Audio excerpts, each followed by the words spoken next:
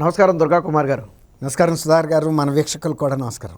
తాజాగా రాష్ట్ర వ్యాప్తంగా ఉన్న రైతుల్లో అయితే తీవ్ర అసంతృప్తి వ్యక్తమవుతుంది. పట్టాదారు పాసు పుస్తకాల మీద ఏదైతే జగన్మోహన్ రెడ్డి ఫోటో కానివ్వండి లేదా వైసీపీ రంగులతో కూడిన యాంబ్లమ్స్ ఉన్నాయో వాటినైతే రైతులు తీవ్రంగా వ్యతిరేకిస్తున్నారు. ఒక రకంగా మా పట్టాల మీద అసలు ఆడ ఫోటో లేటని చెప్పి తిరగబడే పరిస్థితి అయితే వచ్చినట్టుగా చెబుతున్నారు. ఏంటి అసలు నిజంగా రైతుల్లో కానివ్వండి ప్రజల్లో కానివ్వండి మార్పు వచ్చిందంటారా? అవునండి, సొమ్ము ఒకటిది సోకొకటిది అన్నట్టు చేస్తే సుధాకర్ గారు ఎవరికైనా ఎందుకు ఆగ్రహం రాదండి? రైతులకి మామూలుగా వాళ్ళ పొలాల మీద చాలా ఒక అటాచ్మెంట్ అనేది ఉంటుందండి, సెంటిమెంటల్ అటాచ్మెంట్. అది వాళ్ళ తాతల నుంచి ముత్తాతల నుంచి కూడా వచ్చే పొలాలు ఉన్నాయి. వాళ్ళు ఆ పాస్ పుస్తకాల మీద వాళ్ళ ఫోటో ఉంటే అదొక రకం. వాళ్ళ ఫోటో కాకుండా ఇప్పుడు జగన్మోహన్ రెడ్డి గారికి ప్రచార ఆర్భాటం ఎక్కువైందండి. ఆయనకుండే సలహాదారులు కూడా అదే వచ్చింది. ఆఖరికి వీళ్ళకి ఇస్తారు చూడండి, కోడిగుడ్లు చిన్నపిల్లలకి ఇచ్చే వాటిని ఏమంటారు, అంగన్వాడీలో. తర్వాత అటు చెక్కీల మీద కూడా అండి, ఆ చెక్కీల మీద కూడా ఈయన ముద్ర ప్రతిసాట జగన్మోహన్ రెడ్డి గారు ఎవరండి? జగన్మోహన్ రెడ్డి గారు ఒక 5 సంవత్సరాల పాటు ముఖ్యమంత్రిగా ఉండటానికి ఒక్క అవకాశం అడిగి ముఖ్యమంత్రి అయిన వ్యక్తి.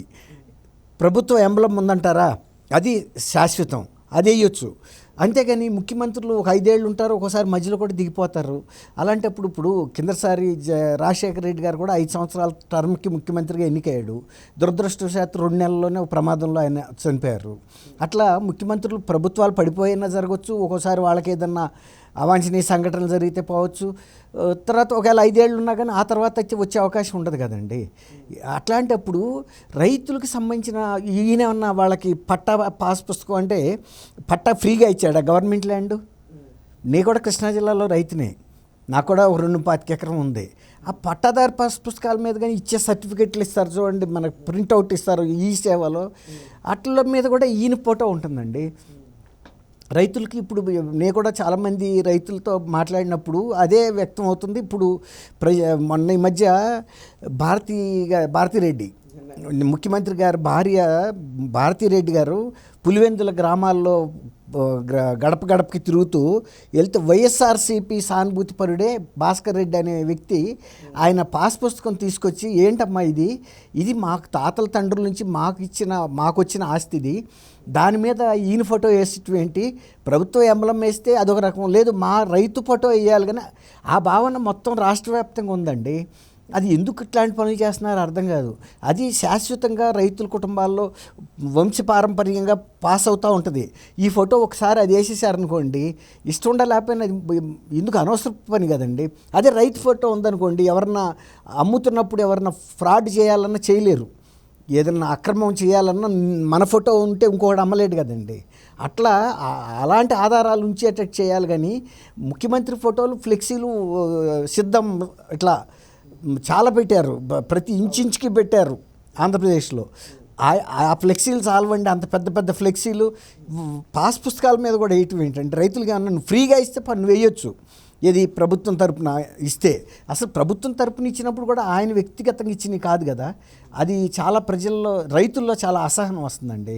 దానికి తోడు ఈ టైటిల్కి సంబంధించిన ఆఫీసర్ని పెడతానన్నాడు సరే, ల్యాండ్ టైటిల్ ఆఫీసరు. ఏంటంటే ల్యాండ్ టైటిల్ ఆఫీసరు మామూలుగానే ప్రభుత్వ రెవెన్యూ బ్రిటిష్ టైం నుంచి వస్తున్న సిస్టమ్స్లోనే దాదాపు ఒక 20-25 ఆధారాలు, ఖచ్చితమైన ఆధారాలు ఒక సిస్టమ్ ఏర్పాటు చేశారు. ఇది ల్యాండ్ టైటిల్ ఆఫీసర్ అంటే అతను ఎవరికి తెలుసు? ఇప్పుడు వాళ్ళు ఉంటాడు, ఇతను ప్రభుత్వం ఉన్నంత కాలం ఒక 2 ఏళ్ళు 3 ఏళ్ళు, అతనికి ఆ గ్రామాల్లో ఉండే పరిస్థితులు ఏం తెలుస్తాయండి? అంటే ఎవరు ఇష్టం వచ్చినట్టు వాళ్ళు డిసైడ్ చేసి రైతుల్ని మళ్ళీ ఇంకోసాటికి వెళ్ళటానికి కూడా లేదండి. సివిల్ కోర్టుల్లో కూడా వీళ్ళ జ్యూరిస్డిక్షన్ లేకుండా చేశారు, తీసుకెళ్ళి హైకోర్టుకి ఇచ్చారు. హైకోర్టులో ఒక సామాన్య రైతు వెళ్ళి పోరాడగలుగుతా అండి? ఏదైనా 100 ఎకరాలు 150 ఎకరాలు ఉన్న రైతు అంటే అది వేరే మాట. అసలు 100-150 ఎకరాలు ఉన్న రైతులు ఇప్పుడు ఎవరున్నారండి? ల్యాండ్ రిఫార్మ్స్ వచ్చిన తర్వాత 1970స్లో పివి నరసింహారావు గారి టైంలోనే ల్యాండ్ రిఫార్మ్స్ వచ్చినాయి. ఇవాళ ఆ తర్వాత మ్యాక్సిమం 20 ఏకర్స్ 25 ఏకర్స్ అంతే. అట్లాంటప్పుడు అసలు అంత కమతాలు కూడా లేవు సుధాకర్ గారు. క్రమేపీ తగ్గిపోతున్నాయి. పిల్లలు పంచుకునేటప్పటికి చిన్న చిన్న కమతాలు అయిపోతున్నాయి.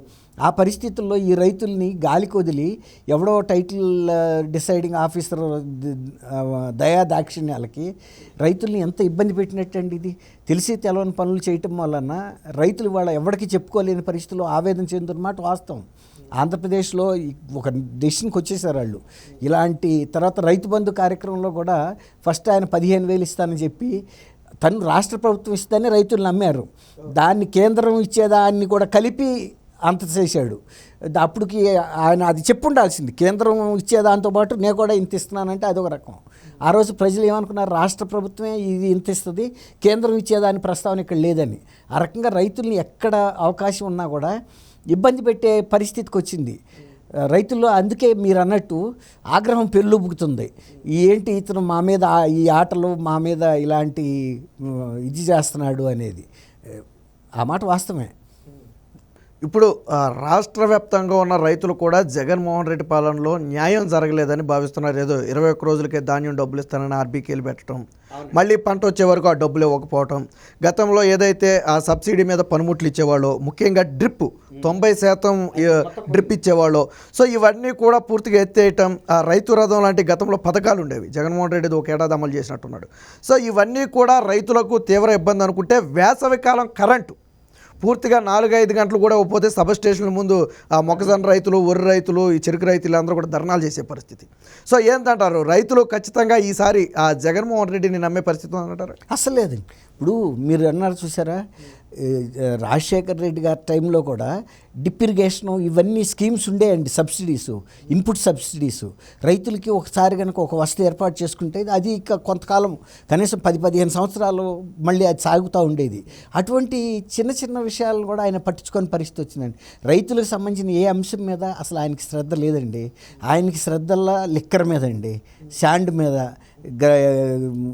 గనుల మీద, ఇలా ప్రభుత్వానికి తనకి ఆదాయం వచ్చే వనరుల మీద పెడుతున్నాడు. కానీ రైతులు ఇప్పుడన్నా ఎక్కడన్నా ఆయన నా ఎస్సీ బీసీ ఎస్టీ అంటున్నాడు, వాళ్ళకి చేసింది ఏం లేదు. కనీసం మాట వరుసకు కూడా నా రైతులు అనలేదు అనే ఫీల్ వాళ్ళ రైతులకు వచ్చింది. రైతులు కూడా ఒక పెద్ద వర్గమే కదండి. అన్ని కులాల్లో ఉన్నారు రైతులు, ఈ కులం ఆ కులం అని కాదు. ఎస్సీల నుంచి అన్ని కులాల్లో ఉన్నారు. కానీ వాళ్ళందరి సమస్యలు ఒకటే, వాళ్ళకి వేరే కులాల వారీగా సమస్యలు ఏం లేవు. కానీ వాళ్ళని గురించి ఎప్పుడూ ఆయన ప్రస్తావించలేదు. ఎందుకంటే ఆయనకు వాళ్ళ పరిష్కారం చేయాలనే ఉద్దేశం లేకపోవటం. కానీ వాళ్ళకి ఇచ్చే పాస్ పుస్తకాలు మాత్రం ఈ ఫోటో ఉండాలి. ఏదైనా సర్టిఫికెట్లు మీ సేవ ద్వారా రైతులకి ఇచ్చే దాని మీద కూడా ఈ ఫోటో ఉండాలి. అన్నిటి మీద వేసుకున్నావు. ఇప్పుడు క్యాస్ట్ సర్టిఫికెట్ ఉంది సుధాకర్ గారు, వాళ్ళు ఆ పిల్లలు తీసుకున్న తర్వాత తీసుకెళ్ళి ఏ ఇన్స్టిట్యూట్కి ఇవ్వాలో ఆ ఇన్స్టిట్యూట్కి ఇస్తారు, అక్కడితో అయిపోద్ది. ఇది జీవితకాలం వంశ పారంపర్యంగా ఇచ్చుకుంటూ వెళ్తారు. దాని మీద నీ ఫోటో ఏముంది? ఏ రైతు అయితే ఇవాళ ఉన్నాడో పొజిషన్లో ఆయన ఫోటో వేయి, అది కరెక్ట్. అంతేగాని వాళ్ళ భాస్కర్ రెడ్డి గారు భారతి గారిని అడిగాడు ముఖం మీద, అడిగితే ఆమె సమాధానం చెప్పగలిగిందా?